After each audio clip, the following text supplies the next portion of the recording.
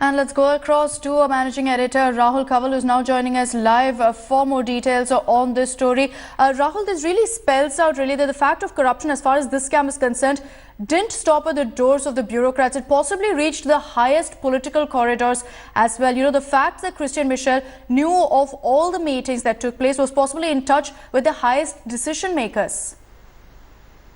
You're absolutely right, because what these documents essentially show is that a middleman sitting in India and traveling and reporting to his bosses abroad seemed to have had a moment-by-moment commentary on when the Cabinet Committee on Security would meet, what they would discuss, what they would say in these meetings, when the crucial price negotiation committees dealing with the VVIP chopper deal would meet, who said what at these meetings. All this information was constantly available. And later, as events panned out, you see that what is mentioned in Christian Michel's notes is exactly what happened. For example, the requirements being changed from 6,000 meters to 4,500 meters. In the same fashion, the Russian bid, for example, getting rejected. Christian Michel says in his feedback to his bosses, saying that the Russian bid was rejected on a technicality which was no accident, suggesting that he was somehow involved in getting the Russian bid rejected.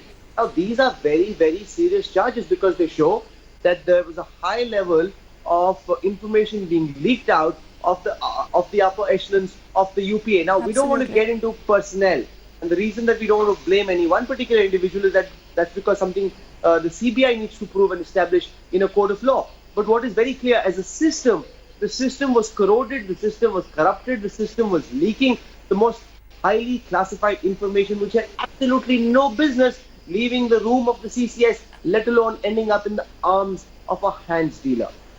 And Rahul, you know, when we talk about the kind of notes that were mentioned in Christian Michel's documents, the BJP no doubt will latch on to this controversy. This exclusive is possibly going to resonate in Parliament as well. For the BJP, there's one key point that they will latch on to, and that's the mention of a family, and that's what really has been mentioned in their diary. A family has been quoted and a figure of 15 to 16 million has been mentioned there.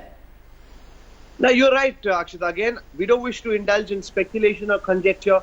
There are three heads in the budget sheet to whom Christian Michel says he paid money. Now, remember, this is Christian Michel's claim. It's not necessarily the truth. So there are Air Force officers at the top, there are bureaucrats, and then there are politicians. Amongst the politicians, there's a political family, and then there is AP.